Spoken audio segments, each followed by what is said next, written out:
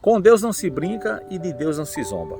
A história que eu vou contar para vocês é de um ateu que prometeu tirar a vida da própria esposa pelo simples fato dela ser cristã e de frequentar a igreja. Júlio e Ana se conheceram na adolescência e logo estavam namorando. Passaram-se em torno de 2 anos e 6 meses e eles casaram-se. Na época, Júlio já era conhecido na cidade como o homem que não acreditava em Deus. Ele zombava e brincava com a palavra de Deus, com os servos de Deus. Tudo o que estava relacionado a Deus e à fé era criticado e ridicularizado por Júlio. As pessoas da cidade tinham receios de conversar com ele, porque ele era muito grosso e ignorante. Casou com Ana e depois de 2 anos eles suspeitaram que Ana era estéril e não podia dar à luz a um filho. Procuraram a medicina e fizeram uma bateria de exames e foi constatado que Ana tinha útero de criança. E a médica falou para Ana que era impossível ela gerar filhos, porque o seu útero era incapaz de se desenvolver. Não tinha jeito através da medicina, só Deus fazendo milagre. Quando ela disse só Deus fazendo milagre, Júlio disse assim: Deus não existe. Aí ela disse assim: eu respeito a fé de cada um, mas eu aconselho a vocês a adotarem filhos, né? Você pode ser mãe, você pode adotar um filho, registrar e ser mãe legalmente. Mas eles não quiseram adotar filhos. Ficaram tentando e tentaram por muitos e muitos anos.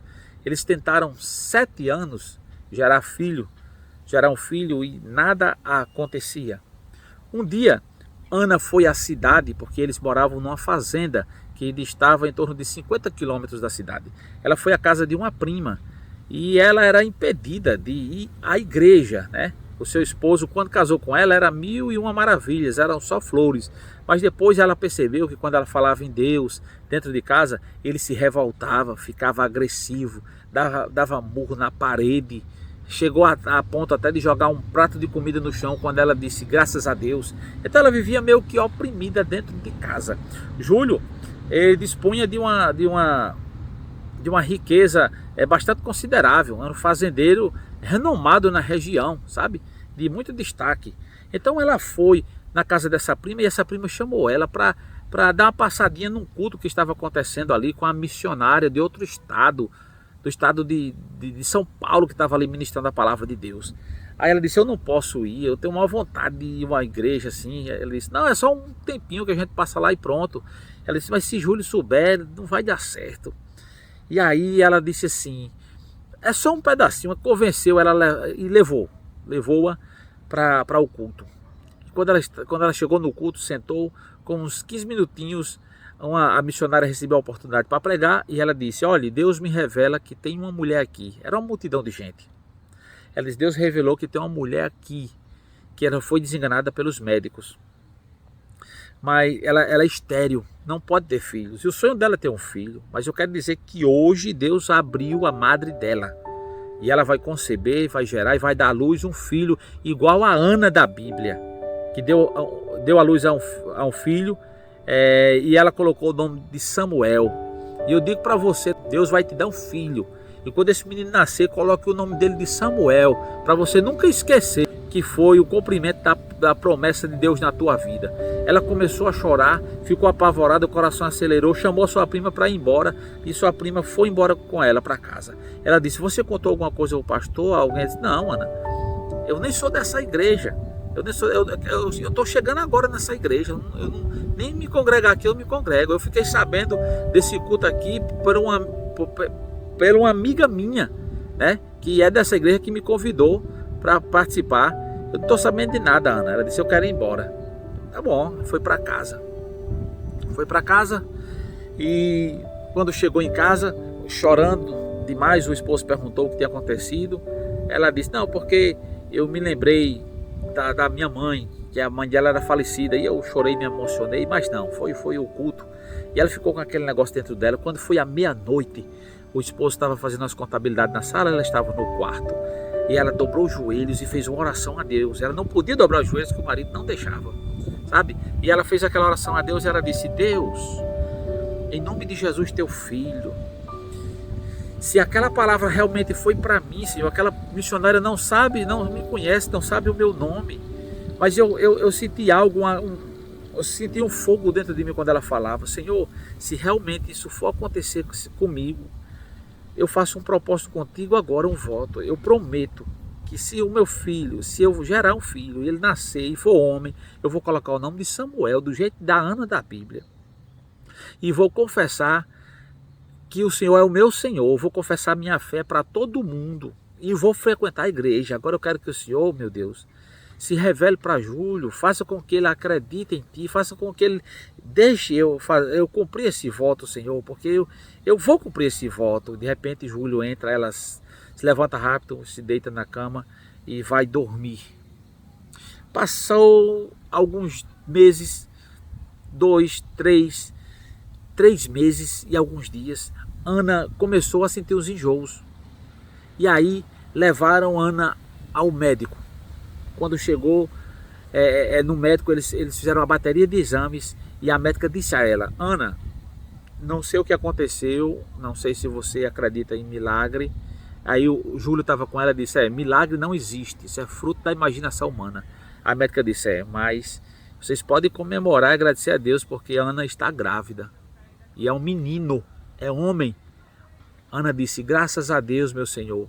Júlio disse assim: eu estou muito feliz por essa notícia. O que eu mais queria era ser pai. Mas Deus não tem nada a ver com essa história. Tudo bem. Vieram para casa. Ana fez o pré-natal, o acompanhamento médico, tudo direitinho. E aí nasceu a criança, Samuel, cheio de vida e de saúde. Aí Ana queria pagar o voto, mas ela não disse a Júlio, seu esposo. Ela guardou consigo e ela ficou orando. E ela orava a Deus intensamente, pedindo a Deus que fizesse alguma coisa para que Júlio liberasse para ela pagar esse voto. Até que um dia, na parte da manhã, chegaram os homens na casa de Júlio, com aquelas caminhonetas chique, e mais 2 caminhões. Eram os açougueiros, uns empresários do ramo de carne, vieram comprar um gado a Júlio, e aí Júlio vendeu aquele gado e eles trouxeram em espécie 189 mil reais, 189 mil reais. E Júlio ficou meio desgostoso com eles porque eles tinham combinado dele fazer a transferência, mas eles trouxeram em espécie. Mas tudo bem, entregou os 189 mil reais a Júlio, foram embora. Júlio pegou a caminhoneta e foi para a rua para fazer o depósito do dinheiro, porque ele não queria ficar com aquele montante ali na sua casa. Quando Júlio distanciou de 3 a 4 quilômetros, o pneu do carro furou. Ele parou, trocou o step, colocou o step e seguiu viagem. Quando ele rodou mais em torno de 4 quilômetros, o carro parou de funcionar literalmente, sabe? Ele desceu, deu partida, não pegou, abriu o capô, não pegou. Aí ele entrou para dentro do carro e saiu procurando o celular. Aí ele percebeu que havia esquecido o celular em casa. Ele ia ligar para um funcionário vir ao seu encontro para resolver o problema. O que acontece? Quando ele percebeu, já se passaram 1 hora e 40 minutos do Júlio ali na estrada e ninguém parou o carro para ajudá-lo.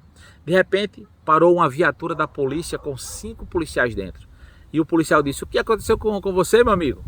Aí ele falou o que aconteceu. Aí ele disse: pois você pode agradecer a Deus. Eles: por quê? Eles: porque colocaram a barricada daqui a 9 quilômetros na frente, 9 a 10 quilômetros, colocaram uma barricada e os homens pararam todos os carros e motos e tomaram tudo, celular, anel, dinheiro, todos os pertences, até os tênis e sapatos eles levaram, fizeram um rapa e tudo, de todos. E pelo visto, só o senhor que não foi roubado. Pode agradecer a Deus. Ele disse: Deus não existe, isso aqui foi sorte. O policial tirou o cabo da bateria e colocou de novo, ele deu partida, o carro pegou, normalmente funcionou. Ele agradeceu aos policiais e os policiais insistiram em dizer assim: Meu amigo, agradeça a Deus, a nós não, ele disse. Deus não existe, isso aí é fruto da imaginação do homem. Seguiu viagem e foi para a cidade. Quando chegou na cidade, fez o depósito e quando saiu do banco, foi almoçar no restaurante que tem ali próximo àquela agência. Quando ele estava almoçando, se aproximou dele ali um morador de rua e disse: moço, o senhor pode me dar um prato de comida? Ele disse: posso sim, pode entrar. O garçom veio, queria impedir o mendigo de entrar. Ele disse: não, deixa ele entrar, ele está comigo. Ele entrou, sentou-se e ali começou a comer, né? Se alimentar. Quando terminou de se alimentar, o mendigo disse assim para ele: moço, muito obrigado, Deus lhe pague. Ele disse: Deus não existe. Aí ele disse: moço, tá certo, o senhor pode não acreditar que Deus não existe, mas eu senti o desejo do meu coração quando eu entrei aqui de dizer para o senhor que Deus enviou o anjo dele e o anjo dele está do seu lado para te guardar e te livrar de todo mal. Ele disse: Deus não existe, meu amigo. Ele disse: qual é o seu nome? Aí disse: o pessoal me chama de enviado. Ele disse: enviado? Ele disse: após enviado, obrigado pela palavra, mas ninguém bota na minha cabeça que Deus existe não, meu irmão. Se despediu do mendigo e foi para casa. No meio do caminho, atravessou um animal na estrada. Ele foi desviar, capotou o carro e ficou lá embaixo o carro, todo estragado. E de repente chegou uma senhora de 79 anos, Estela. A Estela chegou assim e olhou para dentro assim e disse: moço, você está bem? Ele disse: eu estou bem. Eu estou só com a perna presa aqui, eu não tive nada. O carro dele cheio de airbag, de cinto de segurança. O carro realmente acabou, mas ele não se machucou. Aí a senhora disse assim: e o senhor que vinha mais você aqui no carona? Ele disse: não, eu vinha só. Ele disse: não, eu estava na parada e eu vi que tinha um homem de branco, com a roupa toda branca aqui do lado do senhor, com o cabelo branco. Ele disse: não, a senhora está ficando louca, a senhora está precisando de usar óculos. Ele disse: não, eu tenho 79 anos, mas a minha visão é como a visão de uma criança. Eu sou capaz de ver uma agulha assim no chão, meu senhor. Aí ele disse: não tem homem aqui não. Ele disse: pois eu insisto em dizer ao senhor que tinha um homem de branco, o cabelo dele era bem alvinho e estava sentado do lado do senhor. Aí ele ficou pensando do que o mendigo disse, que Deus tinha enviado um anjo, estava do lado dele. Ele disse: mas eu não acredito nessas coisas não, minha senhora, Deus não existe não. Aí começou a chegar gente, aí o pessoal pegaram uma alavanca, retorceram lá o ferro do carro, tiraram a perna dele, e mesmo sem ele estar, o ferimento dele mínimo, levaram ele para o hospital. Quando chegou no hospital, a pessoal perguntaram o nome dele, o telefone, já ligaram para a família vir vê-lo, né, no hospital. E aí a enfermeira estava pegando os dados com ele, tal. E a enfermeira, apareceu outra enfermeira lá, amiga dessa outra enfermeira, e vinha com o filho dela de 10 anos. E aquele rapazinho de 10 anos disse assim: moço, como é que o senhor está? Aí ele disse: eu estou bem. Aí ele disse assim: o que aconteceu com o senhor? Ele disse: eu vim aí, virei o carro, tal. Aí ele disse: mas o senhor sabia que Deus, quem guardou o senhor para o senhor não morrer foi Deus, que enviou um anjo? E o anjo do senhor, a Bíblia diz que se ele fica do lado, né, daqueles que o temem e os livra. Com certeza o senhor é um homem que tem muita fé em Deus, porque foi Deus que enviou o anjo dele para se sentar para ficar do seu lado e te livrar, botar a mão dele ali em cima daquele carro. Aí ele disse: eu não acredito em Deus, eu não tenho fé, Deus não existe. Aí o menino disse assim para ele: moço, o senhor está enganado, Deus existe. Pode ter certeza do que eu estou dizendo. Foi ele que mandou o anjo dele para ele livrar. E ninguém sabia de nada, só ele e a senhora de 79 anos. Aí ele começou a pensar, gente. Ele começou a ficar pensativo, sabe? E aí ele perguntou o nome daquele... Quantos anos ele tinha? O menino disse: eu tenho 10 anos. Aí ele perguntou o nome daquele menino: qual é seu nome? Ele disse: Samuel. Samuel. Quando ele disse Samuel, os olhos dele se encheram de lágrimas, porque ele se lembrou que o nome do filho dele era Samuel. Aí ele ficou assim pensando como poderia ter sido, como foi isso. Ele achou que era um sonho, que era inexplicável, gente, inexplicável o que estava acontecendo.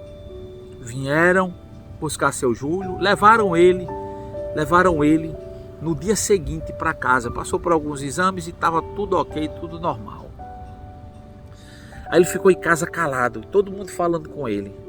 Júlio, o que está acontecendo? E ele calado. Aí ela teve a vontade de chamar ele, de convidar ele para ir à igreja. Porque um dia ela chamou ele para ir à igreja e ele disse: se você me chamar outro dia para ir à igreja, eu tiro a sua vida. Eu acabo com a sua vida. Se você me chamar para ir para a igreja. Viu? E ela, depois desse dia, ela nunca teve essa audácia de convidá-lo novamente para ir à igreja. Mas aí nesse dia, ela sentiu aquele desejo assim do Espírito Santo de Deus de convidar ele para ir à igreja, sabe? E ele disse: meu Deus, se eu chamar o Júlio, ele vai... Eu não sei o que vai acontecer, mas eu vou chamar. Ele disse: Júlio... Ele olhou assim para ela e não falou. Ele disse assim: vamos à igreja? Porque ele, quando vinha no caminho, gente, olha só, quando ele vinha no caminho, ele ficou no pensamento assim: se Ana me chamasse para ir à igreja, eu iria com ela. Mas eu sei que nunca ela vai chamar, porque eu prometi, ela ameaçei ela de tirar a vida dela se ela fosse à igreja e se me chamasse para mim ir à igreja. Eu prometi de tirar a vida dela. Isso ele dizendo no pensamento dele. Mas se ela me chamasse, eu iria na igreja com ela. E aí, gente, ela disse assim, ela criou coragem e disse: Júlio, meu filho, não tenha raiva não do que eu vou lhe dizer. Mas eu fiz um voto a Deus. Aí ela contou que foi à igreja. E eu prometi a Deus, se eu conseguisse engravidar e ter um filho, eu ia na igreja contar para todo mundo e confessar que Jesus é meu Salvador, ia falar da minha fé para todo mundo, meu filho. Eu fiz isso esses anos todos, eu guardei comigo, mas eu quero lhe revelar agora e queria convidar você para ir para a igreja comigo hoje. Vamos para a igreja? Ou melhor, hoje não, amanhã, no dia seguinte. Aí ele encheu os olhos de lágrimas, gente. Deus é fiel, Deus é fiel. Ele encheu os olhos de lágrimas e disse: Ana, nós vamos à igreja. Aí ela disparou em choro, ele disparou em pranto. As empregadas, tinha 2 empregadas, ficaram emocionadas com a presença de Deus ali dentro daquele quarto. Ele ficou emocionado. Ele começou a pedir perdão à sua mulher. E eles foram à igreja no dia seguinte. Quando eles chegaram na igreja, o pastor estava pregando. O pastor perguntou: quem quiser nesse momento receber Jesus como Salvador, está com a oportunidade. Levanta sua mão aí, não precisa nem vir aqui na frente. Júlio se levantou, mancando de uma perna, sem ninguém pegar na mão dele, e saiu para frente do altar. Ele foi na frente, Ana foi atrás, com o seu filho nos braços. Eita, Deus forte! E ali a igreja entrou num clamor ali, tremendo. Ela pegou o microfone, começou a contar o que aconteceu. Eita, Deus! Ela contou todo o testemunho ali diante de todos, dizendo que eu estou aqui pagando um voto com meu filho, com Samuel. E o Júlio pegou no microfone. E a primeira coisa que ele disse no microfone, o ateu, ele disse: eu saúdo os irmãos na paz do Senhor. Eu saúdo os irmãos na paz do Senhor. E contou para todos que ele era ateu, mas que a partir daquele dia ele era um cristão fiel, disposto a dizer para todos que Jesus Cristo cura, salva, batiza, que Deus ele é real, que Deus possa fazer uma obra magnífica na vida de todos vocês que estão me ouvindo aqui agora. Deus ele é real, ele é vivo, ele é presente, é onipotente, é onisciente, ele é todo poderoso. Aquilo que o homem não pode fazer, ele pode, ele vai chegar com provisão na tua vida. Não perca a tua fé, não perca a tua esperança. Eu sou o Sátrio Araújo e essa é a sua TV Paraú. Até a próxima, se Deus quiser.